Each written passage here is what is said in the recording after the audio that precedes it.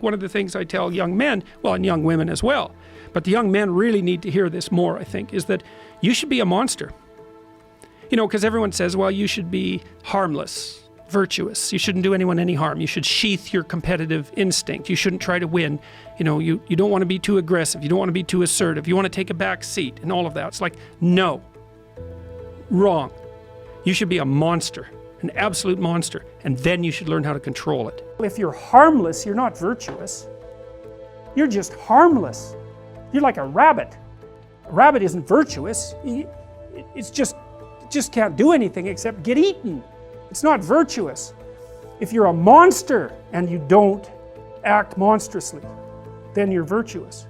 But you also have to be a monster. Well, you see this all the time. Harry Potter's like that too. It's like he's flawed, he's hurt, he's got evil in him. He can talk to snakes, man. He breaks rules all the time.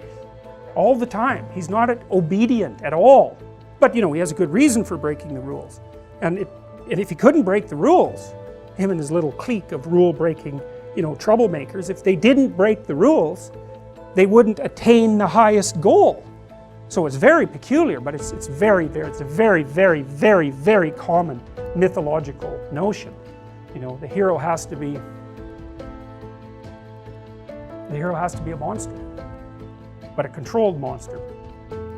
You might say that someone who is incapable of cruelty is a higher moral being than someone who is capable of cruelty, and I would say, and this follows Jung as well, that that's incorrect, and it's dangerously incorrect, because if you are not capable of cruelty, you are absolutely a victim to anyone who is.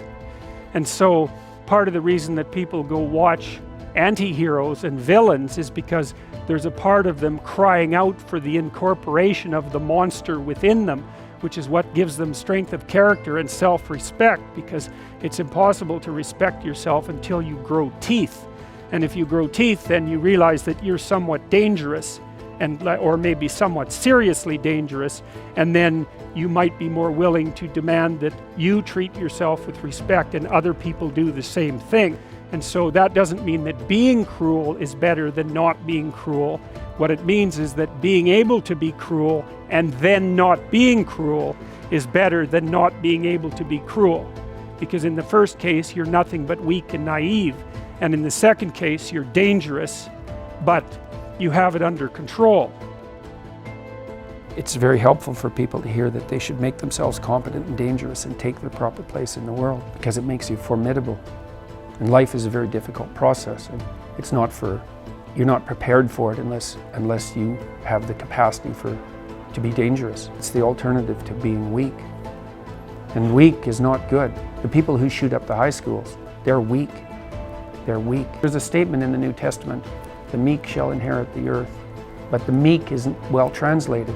It means something more like, those who have swords and know how to use them but keep them sheathed will inherit the world. That's a way better way of thinking about it.